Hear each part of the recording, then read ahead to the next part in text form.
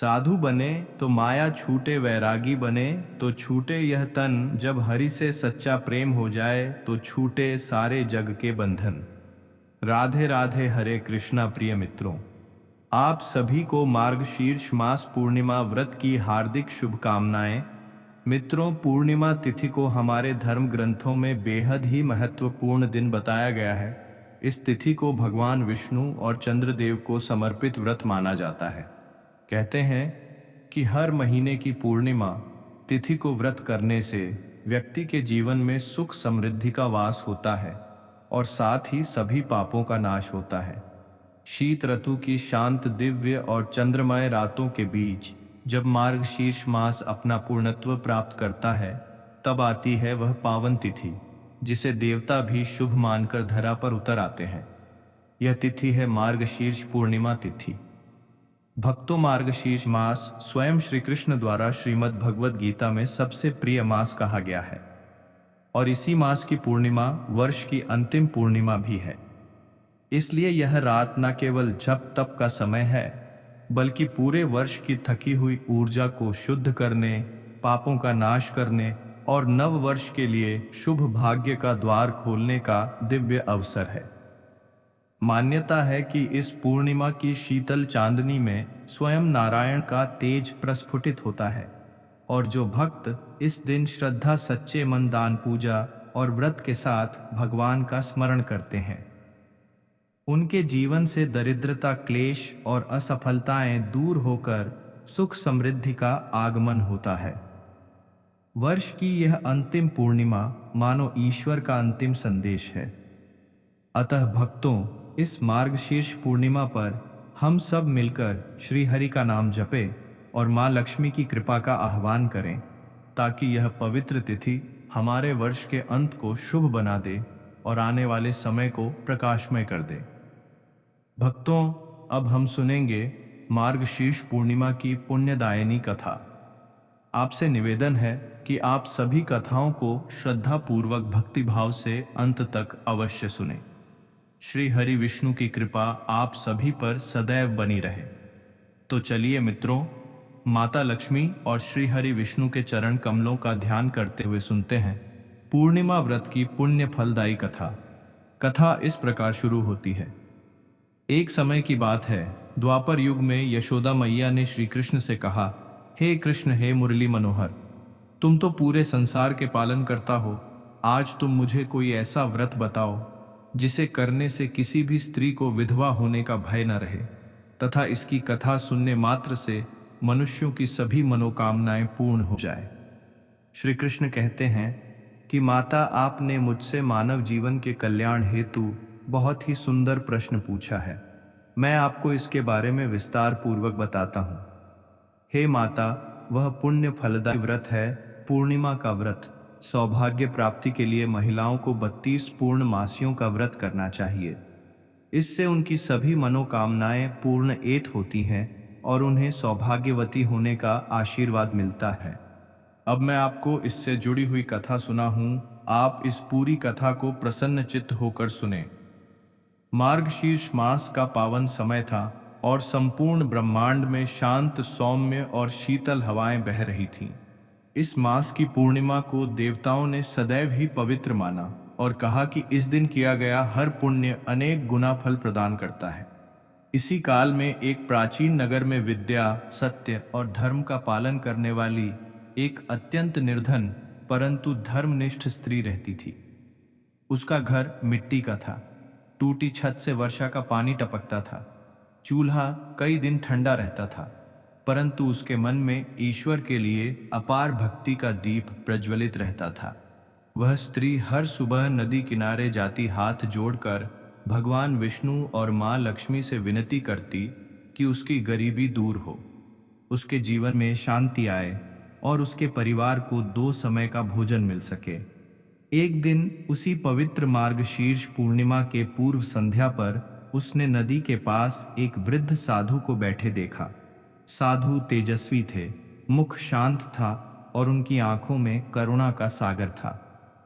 वृद्ध साधु ने उस स्त्री को दुखी देखकर पूछा, बेटी, तुम जिस कष्ट से गुजर रही हो, उसका कारण केवल भाग्य नहीं बल्कि समय है, परंतु समय बदलने के लिए श्रद्धा और व्रत की आवश्यकता है। स्त्री ने नम्रता से कहा कि वह ईश्वर में विश्वास रखती है, परंतु उसका जीवन दुखों से घिरा हुआ है। तब साधु मुस्कुराए और बोले, कल मार्गशीर्ष पूर्णिमा है। इस दिन यदि तुम विधि विधान, भक्ति और शुद्ध हृदय से व्रत रखो, कथा सुनो और दान करो, तो तुम्हारे जीवन की समस्त दरिद्रता दूर हो जाएगी। साधु ने उसे व्रत की पूरी विधि समझाई और फिर आशीर्वाद देकर अदृश्य हो गए, जैसे वे स्वयं देवदूत हो। अगली सुबह वह स्त्री सूर्योदय से पहले उठ गई, स्नान करके श्वेत वस्त्र पहने और घर को अच्छी तरह से साफ किया। उसने अपने छोटे से घर के कोने में भगवान विष्णु, माँ लक्ष्मी और सत्यनारायण का स्थान बनाया, दीपक जलाया और गंध पुष्प से पूजन प्रारंभ किया। वह संपूर्ण दिन व्रत के नियमों का पालन करती रही और मन ही मन लगातार भगवान का नाम लेती रही। जब दोपहर का समय आया, उसने कथा का पाठ आरंभ किया और अपनी भक्ति से वातावरण को पावन बना दिया। कथा का प्रभाव ऐसा था कि उसके हृदय में नई ऊर्जा, नई आशा और नई शक्ति का संचार होने लगा। उसने श्रद्धा से सुना कि मार्गशीर्ष पूर्णिमा के दिन किया गया स्नान, दान, व्रत और कथा श्रवण मनुष्य के जीवन में धन, सौभाग्य और सुख समृद्धि का विस्तार करता है। कथा पूरी होने के बाद उसने संकल्प किया कि वह अपनी सामर्थ्य के अनुसार दान अवश्य करेगी, क्योंकि दान के बिना व्रत अधूरा माना जाता है। वह बाहर निकली और मार्ग में उसे एक भूखा वृद्धा मिला, जिसके पास खाने को कुछ नहीं था। उस स्त्री ने बिना किसी झिझक के अपना अन्न, अपना फल और अपने हिस्से का प्रसाद सब उसे अर्पित कर दिया। वृद्ध ने उसे आशीर्वाद देते हुए कहा, बेटी, भगवान तुम्हारी झोली भर देंगे, क्योंकि तुमने सच्ची भावना से दान किया है। शाम होते होते वह स्त्री थक चुकी थी, परंतु उसके चेहरे पर दिव्य शांति थी, मानो उसके मन के भीतर कोई प्रकाश जगमगा ना रहा हो। रात को पूजा समाप्त कर उसने व्रत का पारण किया और उस रात वह गहरी नींद सो गई।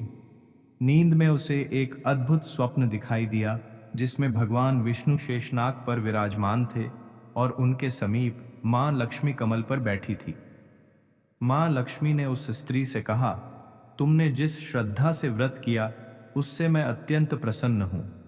अब तुम्हारे घर में कभी भोजन की कमी नहीं होगी, कभी दुख नहीं आएगा और तुम्हारे जीवन में समृद्धि का प्रवाह निरंतर बना रहेगा।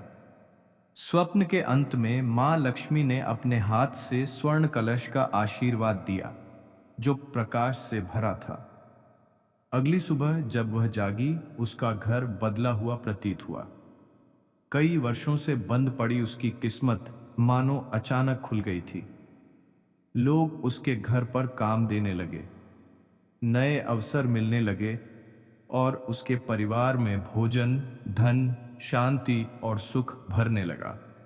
कुछ ही महीनों में वह जो पुनः निर्धन थी, अब सम्मानित और सुखी जीवन जीने लगी। उसका घर खुशियों से भर गया। उसके बच्चों ने शिक्षा पाई और उसकी आंखों में अब गरीबी का दुख नहीं बल्कि भक्ति और संतोष की चमक थी। उसने अपने जीवन में मार्गशीर्ष पूर्णिमा व्रत को अपना सबसे पवित्र आशीर्वाद माना और हर वर्ष इस व्रत को करती रही। इस प्रकार यह दिव्य व्रत केवल एक दिन का नहीं बल्कि जीवन बदलने वाला पर्व बन गया। इस कथा का संदेश यही है कि सच्चा व्रत वही है जिसमें मन की शुद्धि, हृदय की श्रद्धा और सेवा की भावना हो। जब मनुष्य श्रद्धा, दान और भक्ति के साथ मार्गशीर्ष पूर्णिमा का व्रत करता है, तब माँ लक्ष्मी स्वयं उसकी झोली भर देती हैं और जीवन में सौभाग्य, समृद्धि और स्थायी सुख प्रदान करती हैं। मार्गशीर्ष मास का पवित्र समय जब आता है, तब धरती पर एक दिव्य शांति फैलने लगती है और ऐसा प्रतीत होता है कि स्वयं देवता आसमान से उतरकर मानव हृदय में प्रकाश का संचार कर रहे हो। इस मास की पूर्णिमा अत्यंत शुभ, अद्भुत और वर्ष की अंतिम पूर्णिमा होने के कारण अत्यधिक पुण्यदायिनी मानी जाती है। इसी दिन किए गए स्नान दान व्रत भगवान विष्णु के पूजन और सत्यनारायण कथा के श्रवण से मनुष्य के जीवन में वह शुभत्व उतरता है जो जन्मों जन्मों के पापों को मिटा देता है। मार्गशीर्ष पूर्णिमा का इतिहास, उसका पौराणिक वैभव और उसकी रहस्यमयी शक्तियों का वर्णन करते हुए एक अत्यंत दिव्य घटना स्मरण होती है। महर्षि अत्रि और माता अनुसूया की कथा, जिनके तप, सतीत्व और दिव्य तेज ने स्वयं त्रिदेव को भी विनम्र कर दिया था। महर्षि अत्रि तीनों लोकों में तप के लिए प्रसिद्ध थे और माता अनुसूया सित्तु में अद्वितीय थी, जिनके नाम का उच्चारण करते ही समस्त बुराइयां दूर हो जाती थीं। उनके आश्रम में सदैव सत्य, शांति और करुणा का वास था। एक समय देवताओं में यह चर्चा हुई कि माता अनुसूया का सित्व इतना प्रबल है कि कोई भी तपस्वी उनके बराबर नहीं। यह सुनकर त्रिदेव ब्रह्मा, विष्णु और महेश ने उनके सित्व की परीक्षा लेने का निश्चय किया। तीनों भिक्षुकों के रूप में अत्रि आश्रम पहुंचे। माता अनुसूया ने उनका सत्कार किया। त्रिदेव ने परीक्षा के रूप में कहा कि वे तभी भोजन स्वीकार करेंगे जब माता अनुसूया उन्हें निर्वस्त्र होकर भोजन कराएंगी। यह शर्त सुनकर संसार की कोई भी स्त्री विचलित हो सकती थी, परंतु माता अनुसूया का मन तप के तेज से इतना निर्मल था कि उनके हृदय में किसी प्रकार की विकृति का प्रवेश होना असंभव था। उन्होंने अपनी पवित्रता, सित्व और आध्यात्मिक शक्ति के बल पर त्रिदेव को छोटे छोटे शिशुओं में बदल दिया। फिर मातृभाव से उन्हें गोद में लेकर स्नान कराया, वस्त्र पहनाए और उन्हें भोजन कराया। माता के इस दिव्य तेज से तीनों देव पुनरत नतमस्तक हो गए। उसी समय महर्षि अत्रि आश्रम लौटे। योग बल से उन्होंने पहचान लिया कि यह बच्चे कोई सामान्य शिशु नहीं बल्कि ब्रह्मा, विष्णु और महेश स्वयं है। महर्षि और माता की भक्ति, तप और सत्य के आगे त्रिदेव ससम्मान प्रकट हुए और बोले कि हे अनुसूया, तुम्हारे तप और सित्व की विजय आज संपूर्ण सृष्टि को ज्ञात हो गई है। तीनों देव इतने प्रसन्न हुए कि उन्होंने माता अत्रि को वरदान दिया कि वे स्वयं उनके पुत्र रूप में जन्म लेंगे। इस प्रकार दत्तात्रेय का दिव्य अवतार हुआ। मार्गशीर्ष पूर्णिमा विशेषतः इसी दिव्यता का स्मरण कराती है कि सच्ची निष्ठा, पवित्रता और तप वह शक्ति है जिसके आगे स्वयं देवता झुक जाते हैं। इसी पूर्णिमा पर एक और कथा बड़े प्रेम से सुनाई जाती है, श्री सत्यनारायण व्रत की, जो भगवान विष्णु के सबसे सरल और फलदायी व्रतों में से एक है। प्राचीन काल में एक निर्धन ब्राह्मण अत्यंत दुखी जीवन जी रहा था। एक दिन भगवान स्वयं ब्राह्मण रूप में उससे मिले और कहा कि यदि वह सत्यनारायण व्रत करेगा, कथा सुनेगा और प्रभु का नित्य स्मरण करेगा तो उसके जीवन से दरिद्रता और अशुभता का अंत हो जाएगा। ब्राह्मण ने व्रत किया, पूजा की और सचमुच कुछ ही समय में उसके जीवन में सुख, धन और समृद्धि का प्रवाह होने लगा। इसी प्रकार एक साधु वैश्य की कथा भी प्रसिद्ध है। वह व्यापार करता था परंतु जीवन में स्थिरता नहीं थी। जब उसे यह व्रत बताया गया, उसने भक्ति भाव से इसे अपनाया और उसके जीवन में ऐसा सौभाग्य आया कि वह धन, प्रतिष्ठा और परिवार के सुख से समृद्ध हो गया। सत्यनारायण व्रत का संदेश यही है कि जो भी मनुष्य सत्य, भक्ति और दान से प्रभु को स्मरण करता है, उसके जीवन में सारी बाधाएं दूर होती हैं।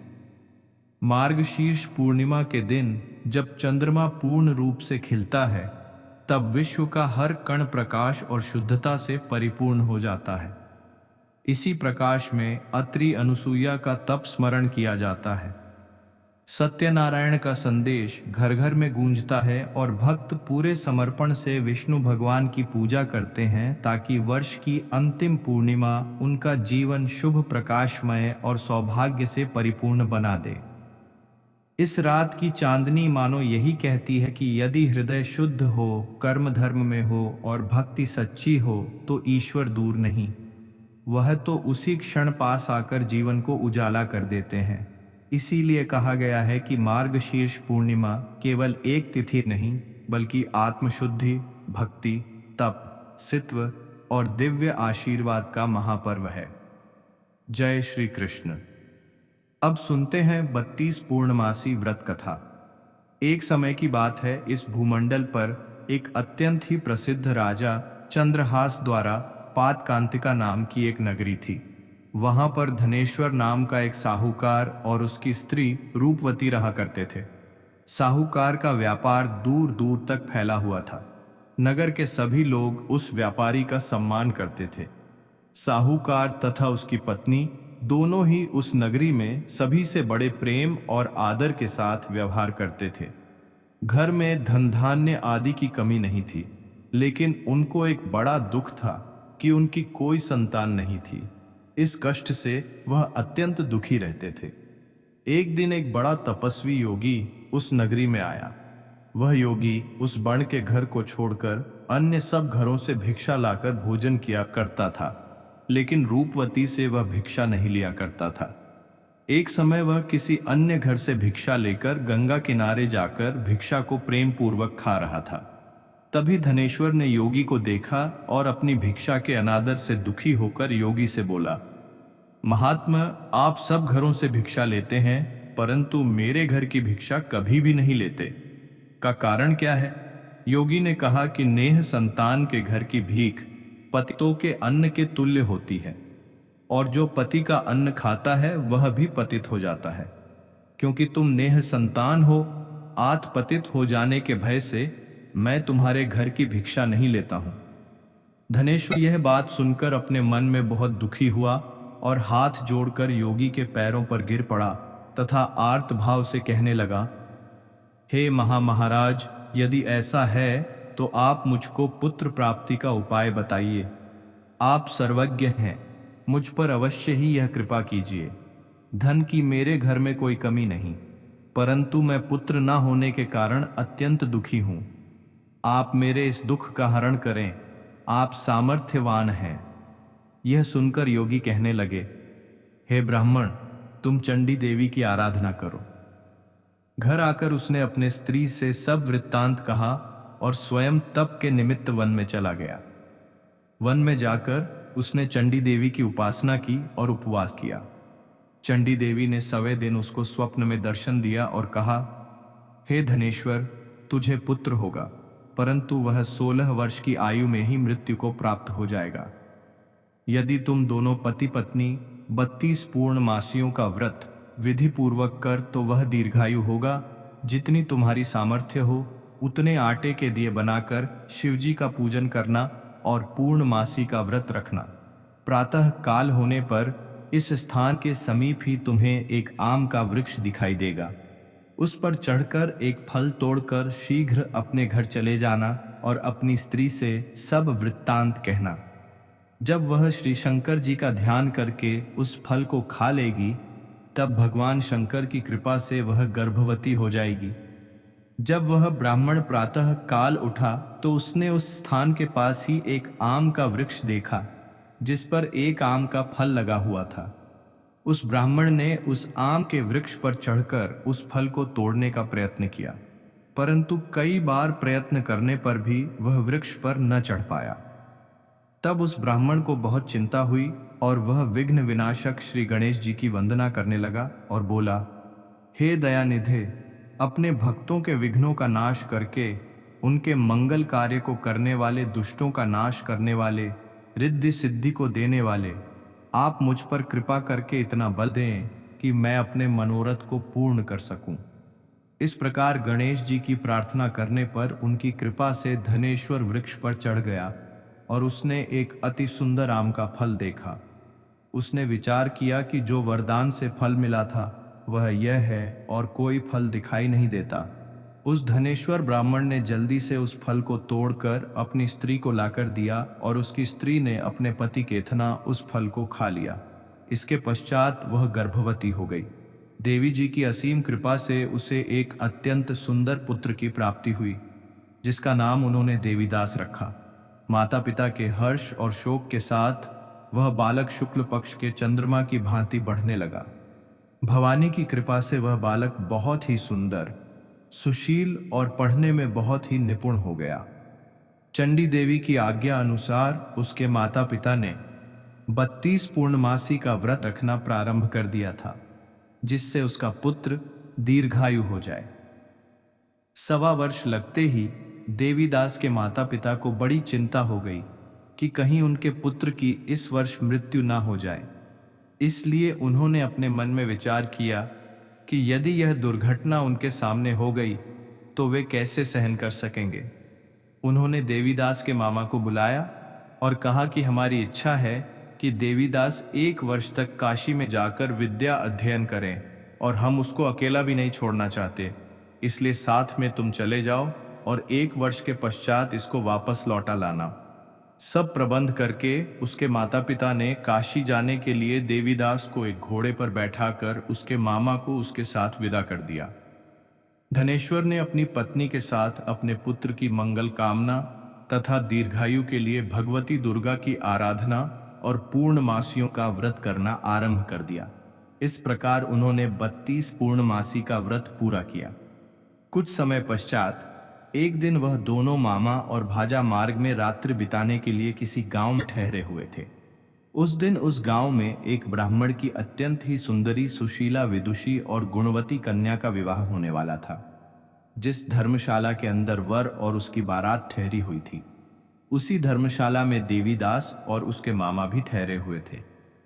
संयोगवश कन्या को तेल आदि चढ़ाकर मंडप आदि का कृत्य किया जा रहा था, लेकिन लगन के समय वर को धनुर्वात मतलब एक वायु रोग, जिसमें शरीर धनुष की तरह झुककर टेढ़ा हो जाता है, हो गया।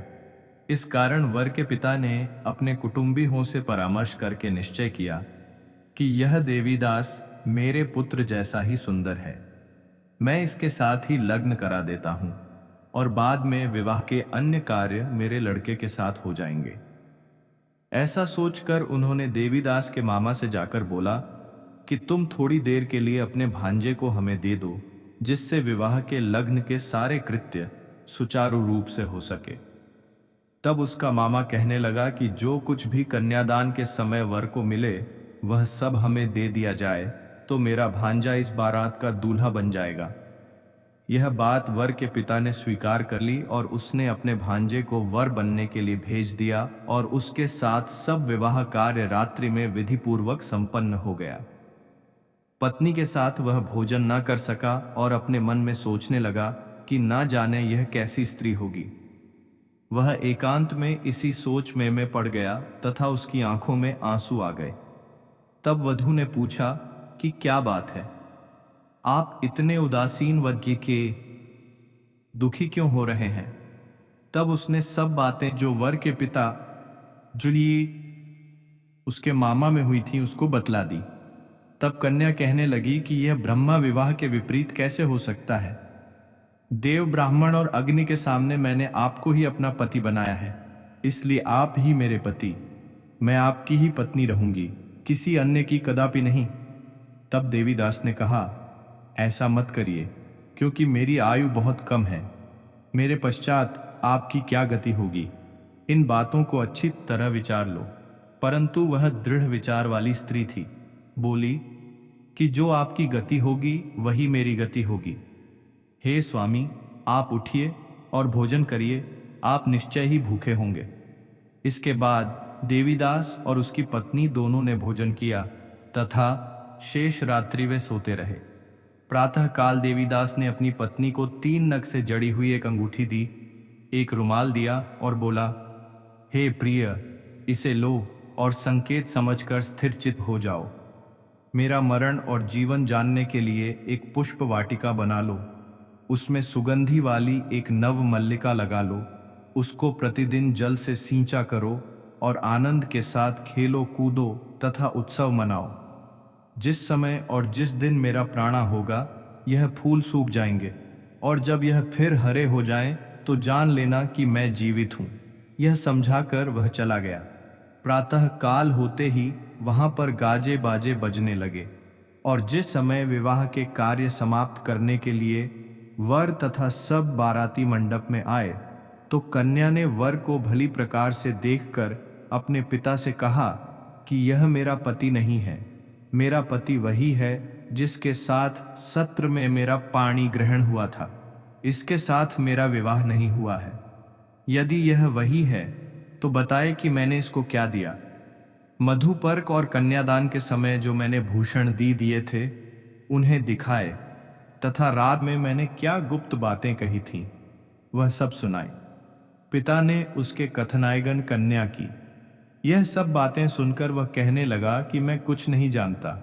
इसके पश्चात लज्जित होकर वह वहां से चला गया और सारी बारात भी अपमानित होकर वहां से लौट गई। भगवान श्री कृष्ण बोले, हे माता, इस प्रकार देवीदास काशी विद्या अध्ययन के लिए चला गया। जब कुछ समय बीत गया तो काल से प्रेरित होकर एक सर्प रात्रि के समय उसको डसने के लिए वहां पर आए।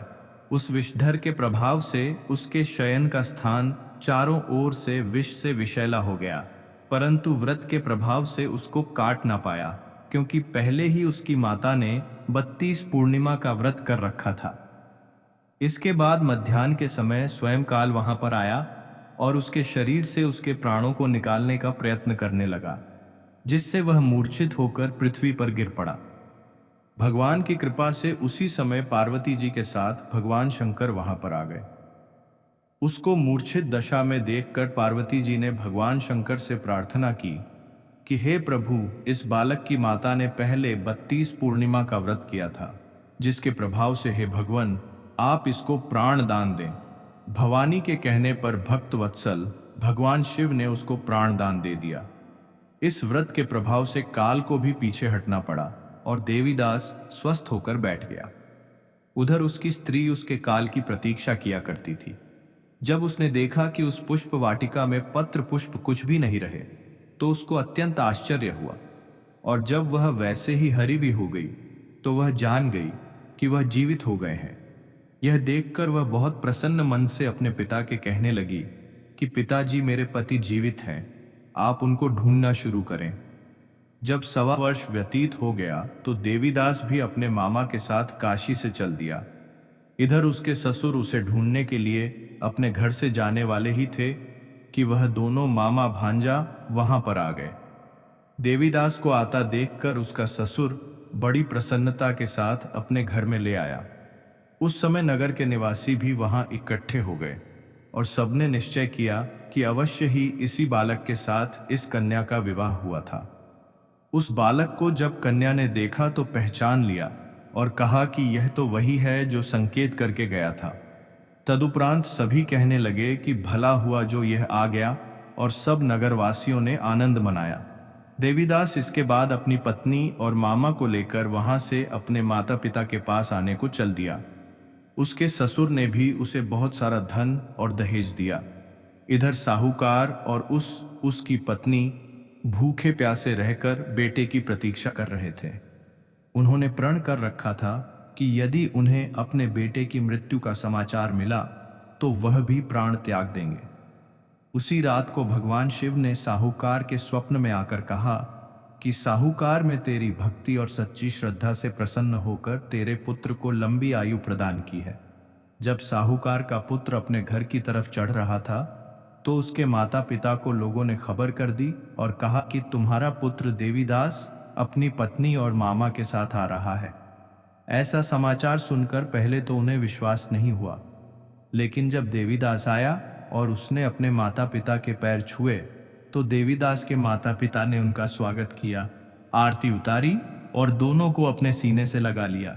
दोनों के आने की खुशी में धनेश्वर ने बहुत दान दक्षिणा ब्राह्मणों को दी। श्री कृष्ण जी कहने लगे कि इस प्रकार धनेश्वर 32 पूर्णिमाओं के व्रत के प्रभाव से पुत्रवान हो गया। इसी प्रकार से जो भी भक्त इस व्रत को श्रद्धा पूर्वक करता है और कथा का श्रवण करता है, उसका सदा ही कल्याण होगा।